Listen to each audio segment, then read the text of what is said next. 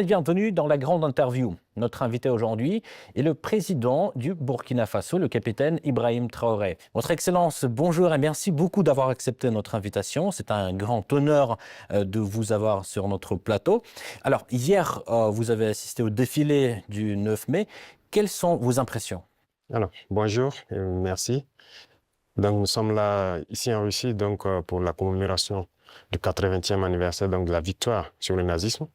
Et comme vous l'avez dit hier, on a assisté à la cérémonie, une parade et donc une cérémonie aussi de dépôt de gerbes sur la tombe de soldats inconnus. Je pense que c'est très symbolique. Nous avons appris beaucoup de choses au cours de ce séjour.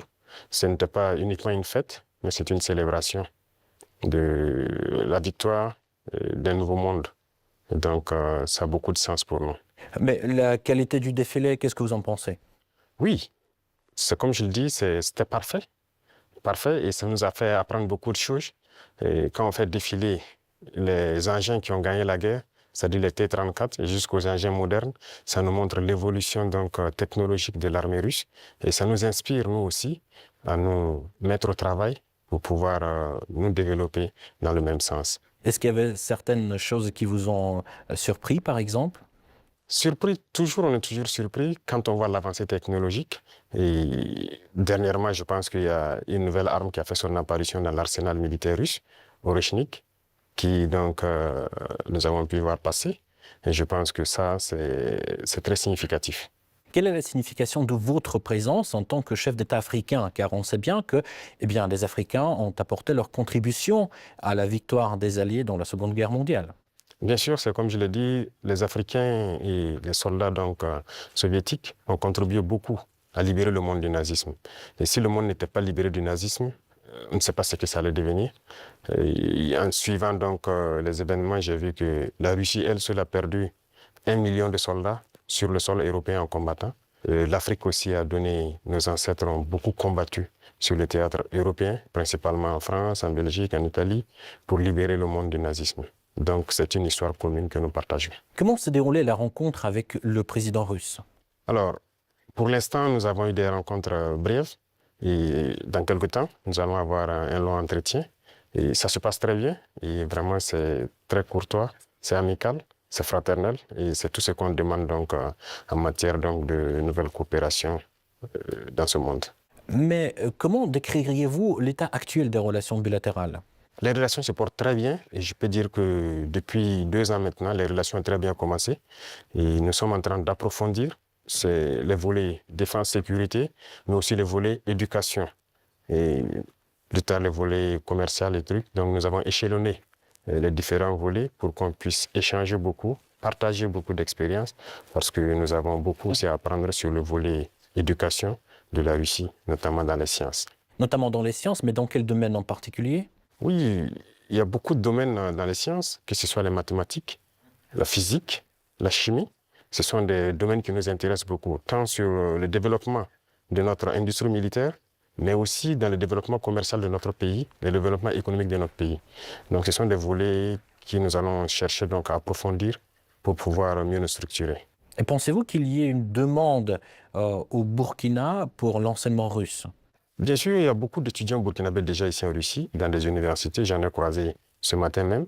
Et j'ai même demandé à ce qu'on augmente le nombre d'étudiants ici, que ce soit à travers des bourses russes ou le Burkina qui va payer des bourses pour que ces étudiants viennent. Mais l'objectif pour nous, c'est d'implanter des universités similaires au Burkina.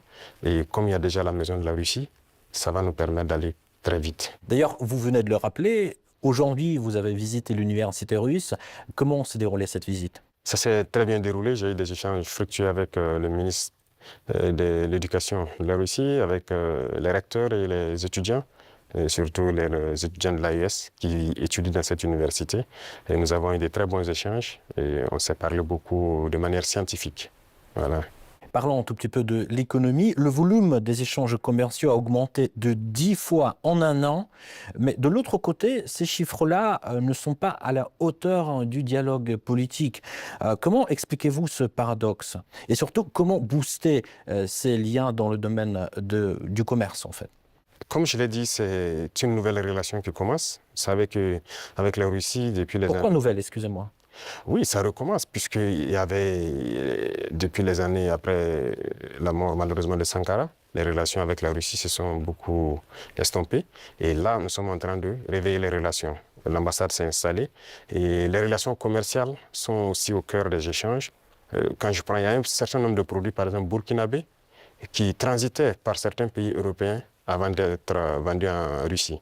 Aujourd'hui, ces produits sont directement vendus à travers donc, des opérateurs burkinabés et des opérateurs russes. Je parle notamment, quand on prend l'exemple des mangues, les mangues transitaient par des pays européens pour être vendus en Russie. Aujourd'hui, ça se passe directement. Il y a le coton qui va suivre, il y a beaucoup d'autres produits, le sésame et bien d'autres produits agricoles que nous pourrons échanger directement avec la Russie. Donc, ça ne fait que commencer, ça va s'accroître. Tout à fait. En fait, les prévisions économiques indiquent une croissance de 5,6% en 2025. Alors, quels sont les secteurs clés qui soutiennent cette croissance? Alors, il faut dire que jusqu'aujourd'hui, au Burkina Faso, c'est l'or qui est le premier produit d'exportation. Mais nous avons lancé le moteur de l'agriculture pour d'abord l'autosuffisance, mais aussi pour le commerce extérieur, l'exportation. Et si vous suivez bien, depuis l'année passée, nous avons lancé l'offensive agricole avec une initiative qui soutient l'offensive. L'objectif, c'est de pouvoir accroître notre production agricole de façon significative, s'autosuffire, mais aussi il y a des produits de rente qu'il faille donc vendre à l'extérieur. Et tout ça doit pouvoir soutenir cette croissance et nous espérons être bien au-dessus de ces chiffres-là. Mais comment se déroulent ces réformes, en fait? Il y a beaucoup de choses, ce sont des réformes difficiles. Faut le reconnaître parce qu'il y a un système qui s'est installé, mais ce n'est pas impossible. Déjà, quand vous regardez notre production céréalière, on a eu une très bonne croissance en 2024. 2025, nous espérons encore faire mieux. Et ce sont des réformes assez courageuses. Quand vous prenez, par exemple, je reste toujours dans l'agriculture, nous avons, par exemple, décidé, à travers l'initiative de l'offensive, de labourer gratuitement les champs de nos paysans. Donc l'année passée, on l'a fait. Cette année encore, s'il plaît à Dieu au retour, il y a un bon nombre de tracteurs encore qu'on a acquis, qu'on va mettre à la disposition des cellules mécanisées dans les différents départements pour accroître les superficies emblavées. Nous maximisons beaucoup dans la gestion de l'eau à travers donc, une structure qu'on a créée, l'ONBA, pour maîtriser l'eau et pouvoir produire au moins 2-3 fois dans l'année. Parce que si on dépend uniquement des pluies, ce serait difficile. Donc, il y a ce secteur, le secteur minier aussi, que nous allons continuer de booster pour que le pays lui-même exploite ses propres ressources. Donc, nous avons commencé à acquérir des mines. Il y a beaucoup de permis qui sont là, que nous sommes en train de développer. Nos ingénieurs ont pu développer les machines nécessaires pour qu'on puisse exploiter nous-mêmes nos ressources. Donc, si on met à profit ces deux secteurs, et compléter avec l'industrialisation, c'est-à-dire la transformation de nos produits sur place, qui va nous empêcher d'exporter brut, ça va beaucoup nous amener à entraîner en tout cas une très bonne croissance. Donc ce sont ces réformes qui sont en cours, l'agriculture, l'industrie et beaucoup de secteurs. Pensez-vous que la Russie puisse apporter son soutien pour la mise en place de ces réformes? Bien sûr, bien sûr. Beaucoup de soutien et rien que la formation technique et professionnelle, c'est déjà une très bonne chose.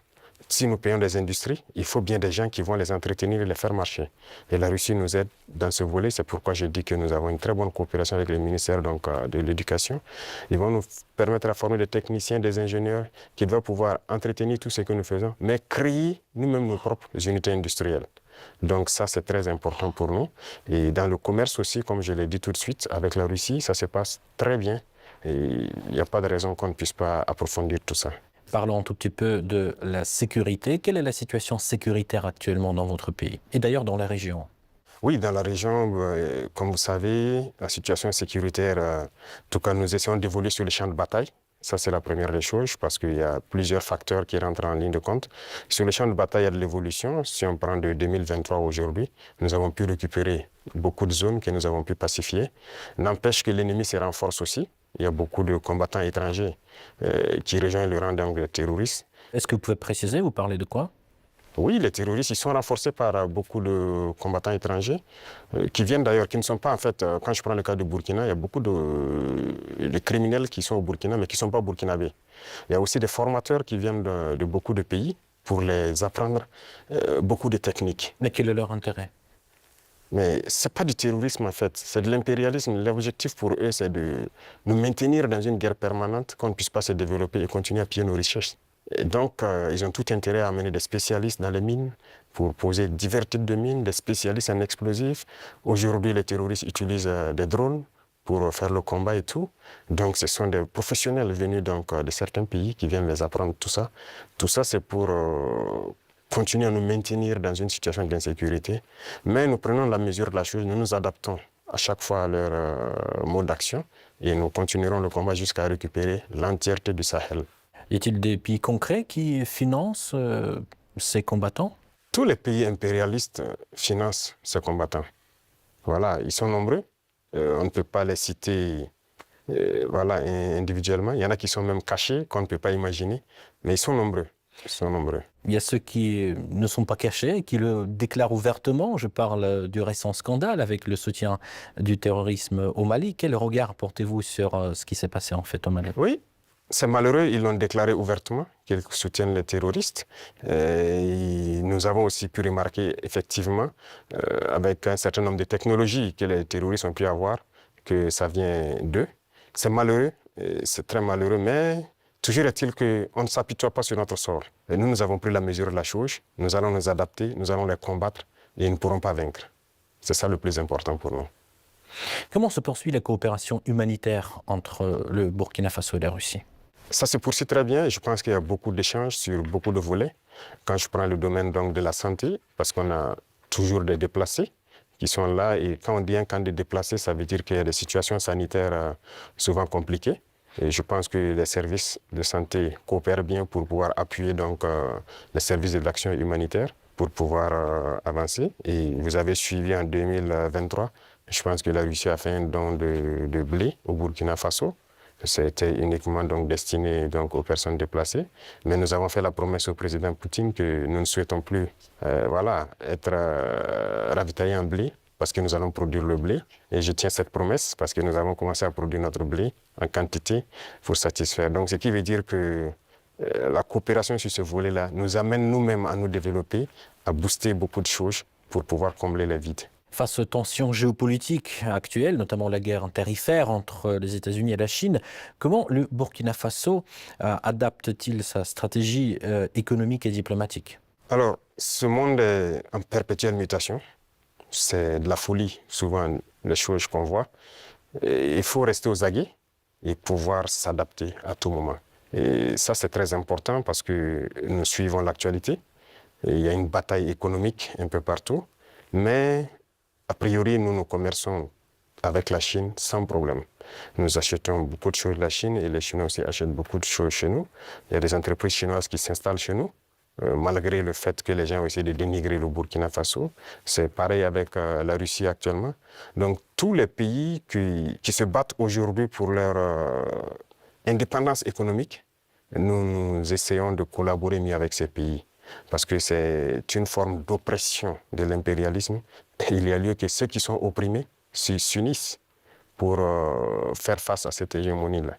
Donc, a priori, on s'adapte à toute cette situation. Monsieur le Président, quel regard portez-vous sur la récente détérioration des relations avec l'Algérie? Alors, vous avez suivi les événements et je pense que tout le monde comprend comment ça fonctionne.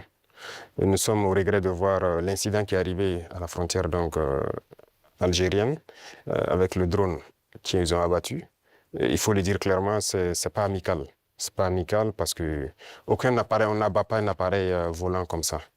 Lorsque tout le monde connaît le protocole. Donc il n'y a pas à se voiler la face. Si un appareil traverse votre frontière, même s'il rentre sur votre pays, on l'identifie. Les radars permettent de l'identifier. Et on sait il appartient à quel pays. Et il y a les relations diplomatiques pour ça. On contacte l'ambassade et il y a des attachés de défense, il y a beaucoup de mécanismes. On les contacte et ils peuvent confirmer si c'est leur appareil ou pas, s'il est sur le territoire par, voilà, peut-être qu'il a besoin d'aide ou bien il a perdu voilà, l'orientation et tout ça. Parce qu'un appareil peut être en l'air, il peut avoir des problèmes avec la météo, il est obligé de se cacher derrière les nuages, ça arrive très souvent dans nos pays. Donc un appareil rentre, on les demande, ils disent non, il y a beaucoup de couverture nuageuse, mais il y a en tout cas un phénomène météorologique qui l'amène à venir passer. Il peut avoir un problème technique, il peut demander de l'aide pour qu'on le guide à ce qu'il atterrisse. Donc il y a tellement de facteurs qui peuvent faire qu'un appareil se retrouve dans un espace aérien. On n'abat pas un appareil systématiquement. Le cas est arrivé avec nous. On a souvent vu un appareil américain qui est rentré sur notre territoire, qui faisait donc des reconnaissances et tout. On n'a pas abattu l'appareil. On a pris le soin de contacter l'ambassade américaine, qui ont pris quelques minutes. Ils nous ont confirmé que c'est leur appareil et ils ont dégagé l'espace. Donc, on n'abat pas un appareil systématiquement. Donc, c'est un acte délibéré, inamical d'abattre l'appareil et c'est regrettable.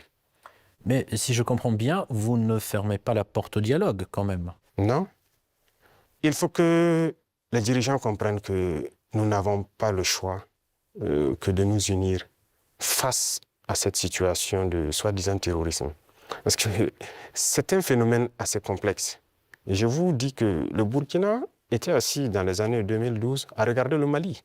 Et on était, quoi, le régime qui était en place était ami avec ces gens-là. Certains vivaient même à Ouagadougou. IAG a vécu à Ouagadougou. C'est la réalité. Mais qu'est-ce qui se passe aujourd'hui? Ils se sont retournés contre nous. Ce pas des gens libres. Ils sont manipulés par les impérialistes et les ordres qu'on les donne, ils donnent à leurs criminels sur le terrain, ils le font. Donc, il faut que chacun comprenne qu'on doit s'unir pour faire face. Il n'y a pas de négociation possible avec ces gens-là. Justement, parlons de cette unité, plutôt cette intégration qui se déroule actuellement au sein de l'AES. Où en est-on actuellement? Ça se passe bien, ça évolue. Nous sommes donc dans la Confédération. Et comme je dis, il y a beaucoup de choses à mettre en place. Voilà. Et il ne faut pas chercher à aller tellement vite et ne pas bien faire. Donc, nous sommes en train d'aller de manière progressive. Il y a beaucoup de structures à mettre en place. Il y a beaucoup de volets à mettre à niveau dans les trois pays. Parce que vous n'êtes pas sans savoir que sur le point de vue économique, on n'est pas au même niveau. Sur le point de vue militaire, il y a beaucoup de volets. Il faut essayer d'équilibrer. Et donc, ça nécessite la mise en place de beaucoup de structures, beaucoup de rencontres. Et la libre circulation, ça nécessite un certain nombre de paramètres à mettre ensemble. Vous avez dû voir qu'on a fait un gros travail pour aboutir à un document unique de sécurité pour les voyages et tout. Donc, c'est évolutif. Donc, ça se passe très bien. Justement, j'avais une question sur le volet économique. La création de la devise propre à l'AES est-elle toujours à l'ordre du jour? Oui, c'est à l'ordre du jour, forcément. Et donc, le processus continue. Il y a beaucoup de choses, comme dirais-je, beaucoup de billes à caler avant d'y arriver. Mais c'est forcément à l'ordre du jour. Si on parle de souveraineté, forcément, on a besoin de cette souveraineté-là. Voilà, donc c'est impératif. Peut-on s'attendre à l'élargissement de l'AES? Oui, dans le futur. Mais pour l'instant, comme j'ai dit, nous devons harmoniser nous-mêmes beaucoup de choses, mettre en place vraiment les bases, parce qu'il y aura beaucoup de protocoles additionnels, si vous le constatez, pour harmoniser nos politiques, que ce soit les politiques diplomatiques, économiques, voilà. Il y a beaucoup de politiques à harmoniser avant de permettre à ce que quelqu'un puisse s'ajouter. Mais y a-t-il déjà des pays qui s'intéressent à votre format? Oui, des pays s'intéressent. Voilà. Ils pourront être peut-être, je ne sais pas, pour l'instant, le président de la fédération, c'est le président malien. Il pourra donner son avis sur la question, mais il y a des pays qui s'intéressent, oui. Comment vous expliquez la baisse de l'influence française dans la région? Pas uniquement dans le Sahel, mais aussi dans l'Afrique de l'Ouest, par exemple. Je pense que c'est eux-mêmes qui ont contribué à baisser leur influence, parce qu'ils ont une conception paternaliste voilà, de nos relations. Et vous voyez, quand vous prenez tout de suite tout ce qu'on fait, tout ce qu'on prend comme initiative, eh bien, c'est la Russie. Et quelqu'un parle, ils sont influencés par la Russie. Tout ce qui se passe, c'est la Russie. Pourquoi ils ont les yeux fermés comme ça? Donc l'Africain n'est pas capable de développer quelque chose. L'Africain n'est pas capable d'inventer, d'innover, de prendre des initiatives. C'est ça que nous combattons. Et tant qu'ils vont continuer de voir l'Africain comme ça, comme un sous-homme qui n'est pas capable de réfléchir, qui n'est pas capable d'innover, capable d'inventer, on ne pourra jamais être amis. Les époques ont changé. Donc c'est la vision même qu'ils ont du noir. Il faut qu'ils arrêtent ça. Parce qu'en nous traitant comme ça, c'est comme s'ils voient le noir comme un sous-homme. Et là, c'est dangereux. Il faut qu'ils changent de langage. Mais en quoi ça se voit, cette attitude? Et regardez dans leurs discours. Regardez dans leurs discours. Même le président français, toujours dans ses discours, les jeunes Africains sont influencés par la Russie. Il le dit, les médias occidentaux, vous les écoutez souvent, ils ne passent leur temps qu'à mentir. Et regardez aujourd'hui l'AES qui est un modèle qui est en train de se dessiner. Ils ne peuvent pas se lever du matin au soir sans parler du Burkina ou parler de l'AES. C'est impossible pour eux. Et chaque fois, ils cherchent à envoyer des informations pour diviser, pour manipuler la jeunesse. Mais ça ne passe plus. Je pense que les gens sont assez conscients, les gens ont l'œil ouvert. Et vous tous, vous êtes victimes de ces gens-là, la communication. Ce qu'ils font, ce qu'ils disent sur la Russie et tout, on le sait. Jusqu'aujourd'hui, il y a des jeunes Africains qui ont les yeux toujours fermés, qui croient à leurs mensonges. Le récit de la Seconde Guerre mondiale. J'écoutais la dernière fois, quelqu'un disait que à la fin de la guerre, dans les 10 années qui ont suivi, si on demandait en Europe qui a gagné la guerre, les gens disaient c'est la Russie. Mais aujourd'hui, si vous demandez en Europe qui a gagné la guerre, ils vont dire que ce sont les Occidentaux. Par la communication, ils ont réussi à renverser l'histoire. Et l'histoire africaine aussi, ils ont tout manigancé pour faire passer les mensonges.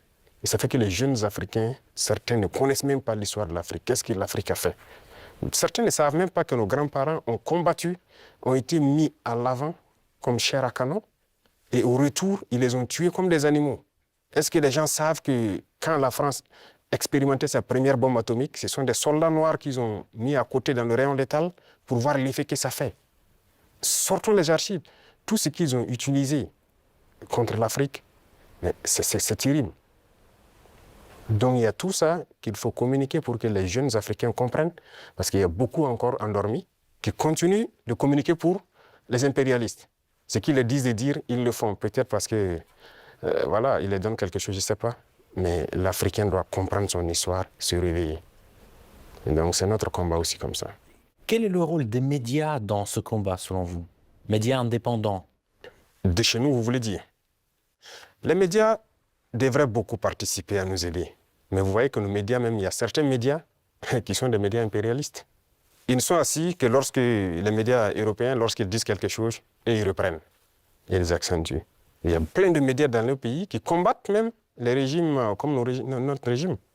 Et ils passent leur temps aussi à raconter les mêmes balivernes que les médias occidentaux racontent.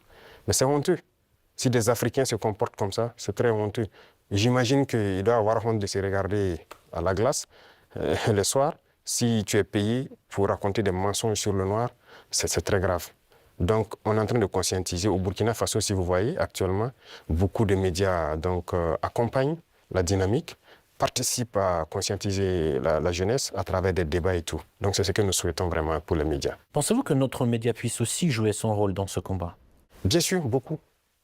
Il faut jouer un rôle très important parce que, vous savez, je l'ai dit en 2023 à Saint-Pétersbourg, et je le répète encore aujourd'hui, la Russie a contribué à sauver le monde. L'Afrique a contribué à sauver le monde. Il faut le dire. Il faut que les jeunes le comprennent. Que tout ce qui se raconte dans les films Hollywood, c'est faux. Ce n'est que du mensonge. C'est la même chose. La guerre du Vietnam. Aujourd'hui, on voit, l'histoire est tronquée. Mais il faut communiquer. Vous voyez, moi, ils n'aiment pas que je parle. On trouve que je parle trop et tout. Pour que je me taise, pour qu'eux, ils parlent et que leur version passe. Non. Moi, mon plus grand regret, c'est d'avoir passé une bonne partie de ma jeunesse à écouter des radios comme RFI, France 24. J'ai été dans des pays où ces radios étaient fermées. Mais on prenait des applications, on enregistre leur journal pour écouter. Mais à partir d'un moment, il y a un déclic. Et je commence à comprendre qu'ils conditionnent nos cerveaux pour accepter ce qu'ils veulent. C'est leur narratif qu'ils veulent qu'on apprenne. Et depuis ce temps, moi, je commence à faire la part des choses. Et j'ai compris que c'est très dangereux ce qu'ils font.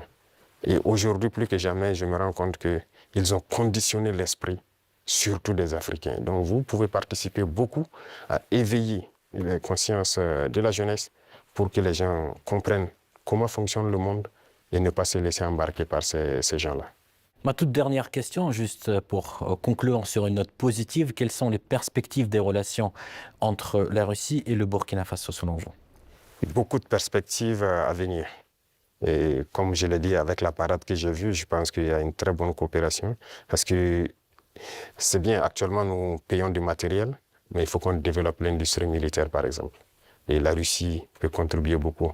Et vous savez que la Russie, il y a beaucoup de scientifiques, de savants, qui sont russes.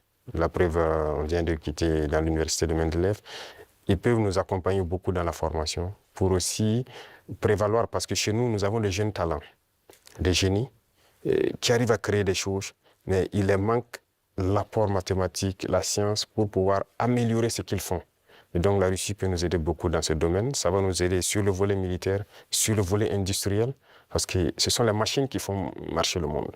Et aujourd'hui, la technologie qui est là, que ce soit l'informatique et les réseaux, la télécommunication et tout, sur ce volet, la Russie est en train de beaucoup collaborer. Donc à l'avenir, toutes ces perspectives sont donc mises à l'ordre du jour pour que nous puissions donc voilà, arriver à un objectif certain que nous souhaitons. Votre Excellence, merci beaucoup pour cet échange très intéressant et très enrichissant. Je rappelle, c'était le président du Burkina Faso, le capitaine Ibrahim Traoré. Merci encore. Merci à vous. Merci.